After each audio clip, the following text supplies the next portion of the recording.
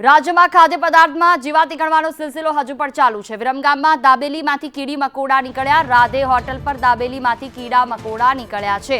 રાજ્યમાં નાગરિકોના આરોગ્ય સાથે ચેડા થઈ રહ્યા છે। ગ્રાહકે વિડીયો બનાવી સોશિયલ મીડિયામાં વાયરલ કર્યો છે। અમદાવાદ ગ્રામ્ય વિરમગામ હાઈવે પરની આ હોટલમાં દાબેલીમાંથી કીડી મકોડા નીકળ્યા। વિરમગામ માલવણ હાઈવે પરની રાધે હોટેલ પર દાબેલીમાંથી કીડી મકોડા નીકળ્યા છે। ખાદ્ય ચીજોમાં એક બાદ એક ઘટનાઓ સામે આવી રહી છે। ગ્રાહકોના આરોગ્ય સાથે પણ ચેડા થઈ રહ્યા છે। મુસાફરે હોટેલ પર દાબેલી મંગાવી તો તેમાંથી કીડી મકોડા નીકળતા વિડીયો બનાવી વાયરલ કર્યો છે। પિયુષ ગજ્જર સંવાદદાતા ફોન લાઈન પર જોડાયા છે અમારી સાથે। જી પિયુષ, જે રીતે ગ્રાહકે વિડીયો બનાવી વાયરલ કર્યો, ક્યારની આ ઘટના છે, શું વિગતો હાલમાં?